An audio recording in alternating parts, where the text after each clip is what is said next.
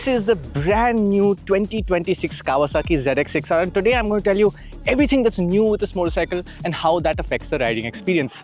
For 2026, you get a brand new color with a little bit of white in there that differentiates it from last year. And that's about it, yeah. I think we can wrap up. Okay, cool. You should see Harshad's face behind the camera. You dragged me out here for 5 o'clock in the morning for this.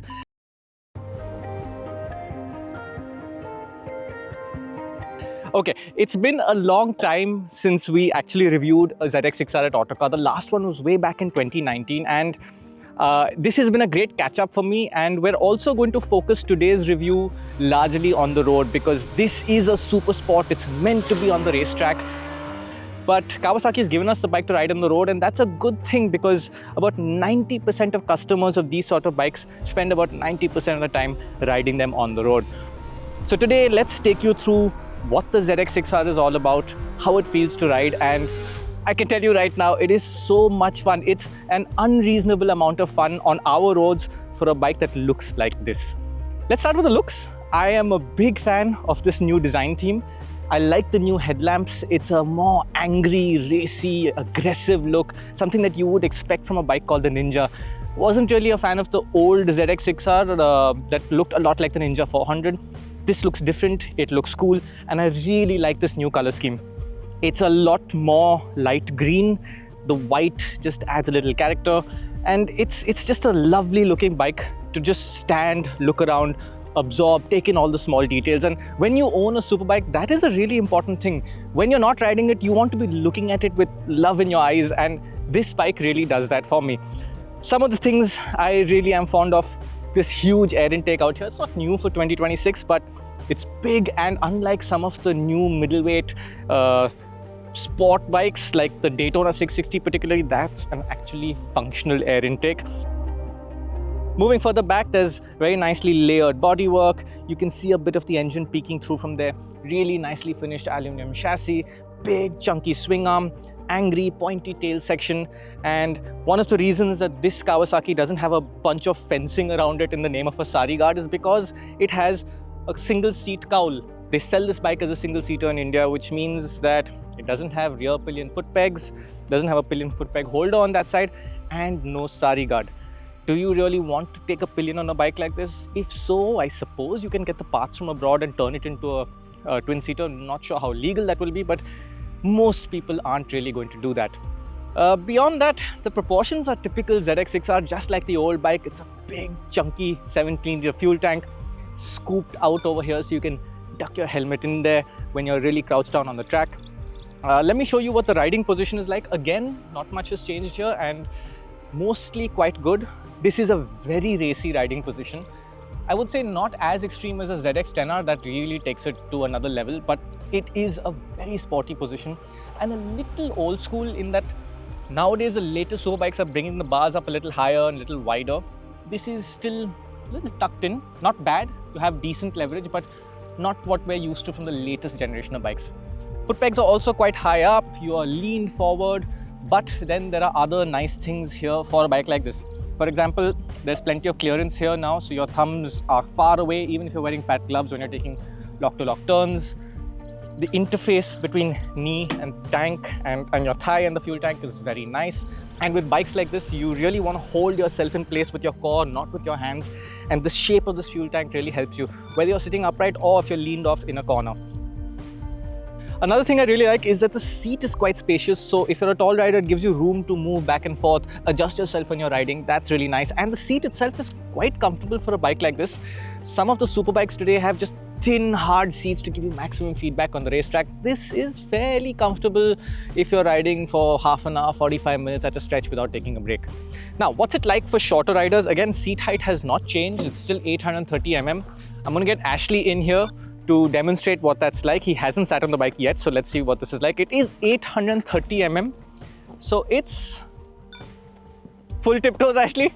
Full tiptoes. So if you're a short rider, this is a sports bike. It does have a high seat because it gives you more cornering clearance. Everything is higher up. You have to be mindful of that, but I can tell you that compared to some of the bigger 1000cc bikes, this is actually a friendlier seat.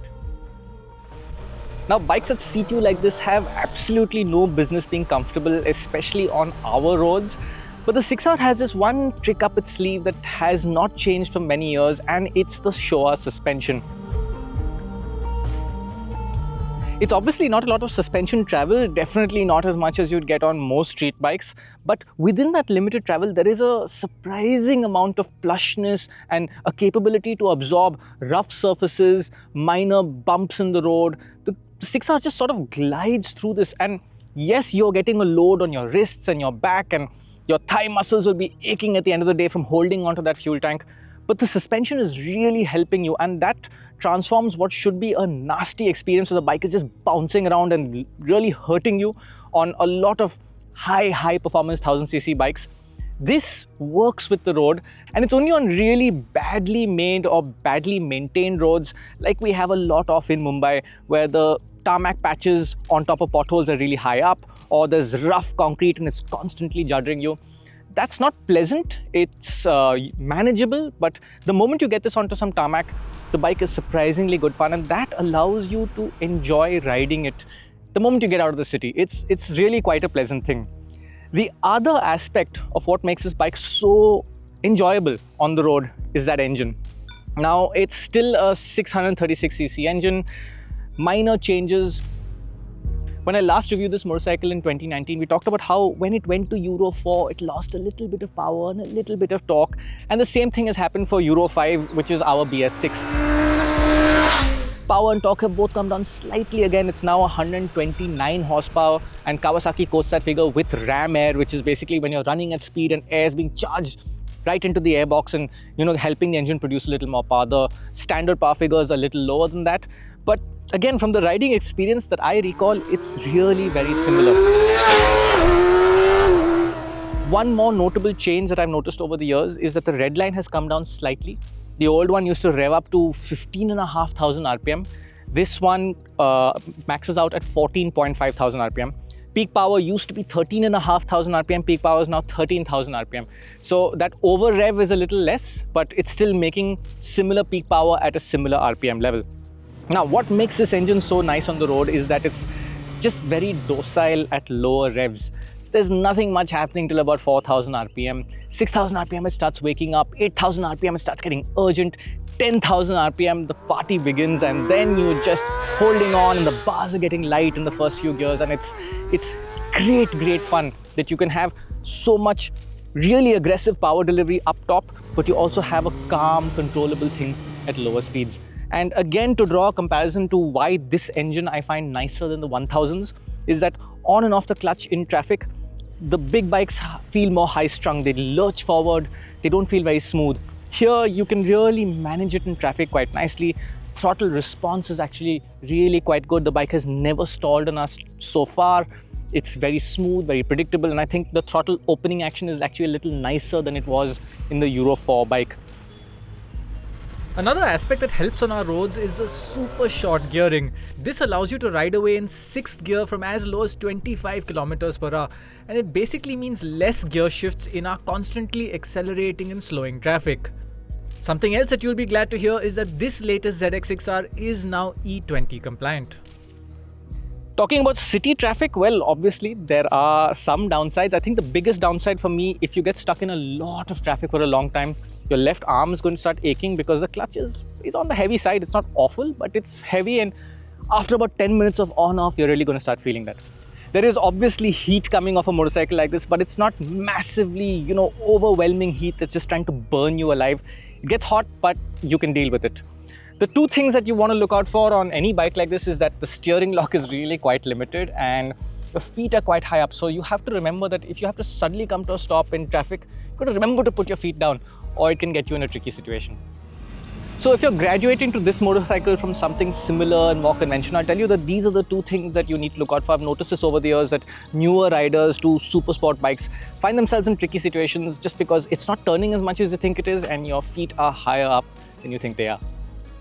So that's the practical, usable side of the 6R, and it's surprisingly good. It's better than you would expect. But we have to talk about performance. Now, this engine is fantastic because 129 horsepower is not overwhelming. It doesn't fry your brain like 200 horsepower would. So If you turn off the traction control, the bike finds small crests in the road and lifts its front wheel, and these are the kind of crests that most normal motorcycles you wouldn't even notice, but there's so much power here that it comes up. But it's not violently aggressive either and trying to fling you off the back. And I mean, to be honest, I'm quite terrible at carrying long wheelies, but on this bike, it feels friendly enough, controllable enough if you have turned off the traction control and you hit a crest on the gas. You can really open it up in the early gears and have fun, and it's making a great sound.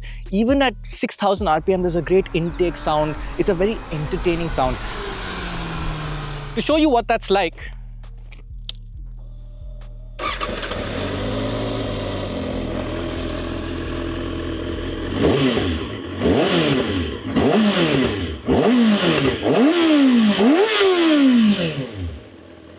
so it's loud and there are these small pops and bangs that come off it, but it's not obnoxiously loud. It's more than loud enough for you as a rider to be entertained. And if you just want to entertain yourself, you will be very happy with the stock exhaust sound. If you want to entertain the rest of the world, if you think that's their idea of entertainment, put a loud pipe on it. But stock as it goes, really quite good. So the 6R is easy to ride, it's fun to ride, it's really fast, it's exciting. But what about the handling aspect? Now, today's review, I can't talk to you about hunting down apexes, what it's like on the edge, what it's like when you open the gas at big lean. In fact, there's still a little bit of chicken strip left on the tire. The capability of this bike is so high that to push it to that extent on the road is just not worth it in my opinion. So we'll wait until we get the 6R on the track. But for the road, a few things that I noticed are that the softness that it has is a bit of a downside when you want to ride aggressively, because I think that it would be sharper steering if it was a little firmer on its suspension. It's not a slow steering bike by any means, and it really follows exactly what you ask of it, but you've got to give it some input on the handlebars. I feel like if I take it to the track, I would definitely work on the suspension, because this is fantastic for the road. I haven't touched it, but on the track, I mean, it is fully adjustable. You've got preload on the left, compression rebound on the right, and the shock is adjustable as well. You would want to work on it if you're carrying a good pace on the track.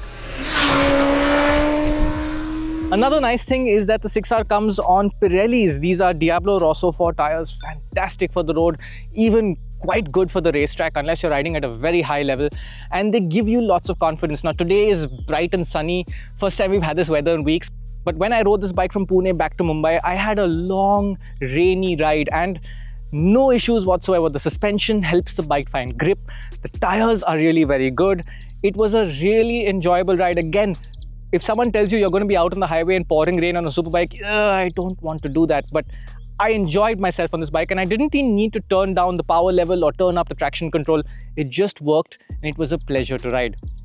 So from a handling aspect, it very much feels like a superbike in that it's not the lightest, fastest steering thing at lower speeds. You do need to put some effort in, but you've got tremendous stability. And from what I've experienced, no matter how fast you go on the road, the chassis is telling you it can give you much more, and it deserves to be on a racetrack. As for the brakes, it's very similar to when I last rode the bike. You've got twin Nissan calipers up front, Nissan master cylinder, and on the road it's really very good. Again, it's not super bike 1000cc top of the line sharpness, feel, feedback, but they're really good brakes. They're powerful, they're progressive, and you get a good sense of what's going on. There are two things that I think could be an issue on the track. The first, and this is something the Japanese manufacturers do, I don't understand why, it has rubber brake hoses on a bike that's made for the track. It's 2025, why do they persist with this? I don't know. But that is something you're probably going to want to swap out if you're taking this bike to the track. The second thing is the ABS. Now on the road, the ABS does cut in occasionally. It's quite minimal, and it only really happens if you're braking to the point where the wheel is lifting off the ground. If you've really gotten on the brakes, not a problem on the road. On the track, I feel like this ABS could be a bit of an issue, because if you're really getting on the brakes hard and if it intrudes, it's gonna take you further forward than you want, and that's never a nice thing. It is something that is common to a lot of Japanese sports bikes, and unfortunately there's nothing much that you can do in the menus in terms of ABS. So I think if you're pushing the bike to the extent that the ABS is an issue, and it'll probably come at quite a high level, you might want to just find the fuse, pull it out and deactivate the system. Now, talking about electronics, it's all very similar. You have a few riding modes, and what they do is they change between a high power level and a low power level.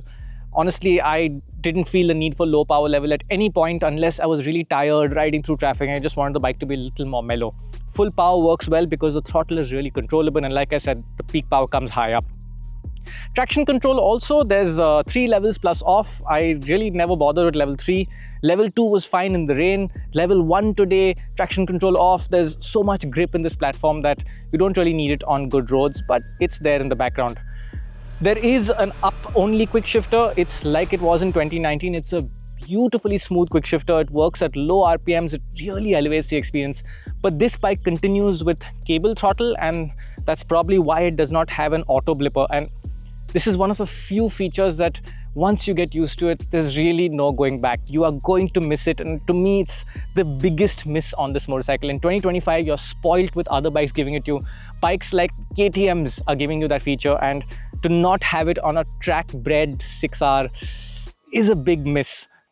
And honestly, come to think of it, those are the only 2 things that I would like to see upgraded on this motorcycle in the future. More control over the ABS, finer tuning on the intervention, and a blipper. And maybe a taller windscreen. For the road, this is really nice. There are 2 little vents out here that gives you some cooling air. But when you're fully crouched down, this is still in my line of sight. So I would just like a taller windscreen for the track. For the road, it's absolutely fine. And yeah, that's about it. No more complaints. The TFT display is typical Kawasaki, well laid out, big speed, big gear position indicator, long swooping rev counter, very easy to use. The switch gear is not the most intuitive, but when you own the bike, you'll learn how to use it and you'll get used to that. But beyond that, it's just a nicely made motorcycle, feels high quality, looks great, feels really good to ride even on the road.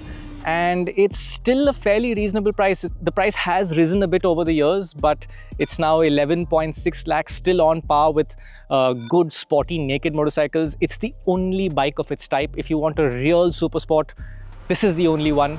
Otherwise, you've got to go up to the super bikes. And in that sense, the conclusion in 2025 is very similar to what it was in 2019. This is a fabulous motorcycle if you want something like this. It's probably the most sensible super bike for you to ride and enjoy on our roads. No, it's not practical. Yes, it is painful, but it'll put such a big smile on your face. It's a bike for occasional riding. This is the 3rd day that I'm on it. First day was, oh my God, I want to own this. Second day, ow, things are hurting. Today, things are hurting a little bit more. So if you're going to use this regularly in our roads, maybe not. But as a special motorcycle to own, to stare longingly at when it's in your garage, to look forward to riding it once in a while, to unleash that performance, this is a real object of desire. And my fondness for the 6R only grows with time.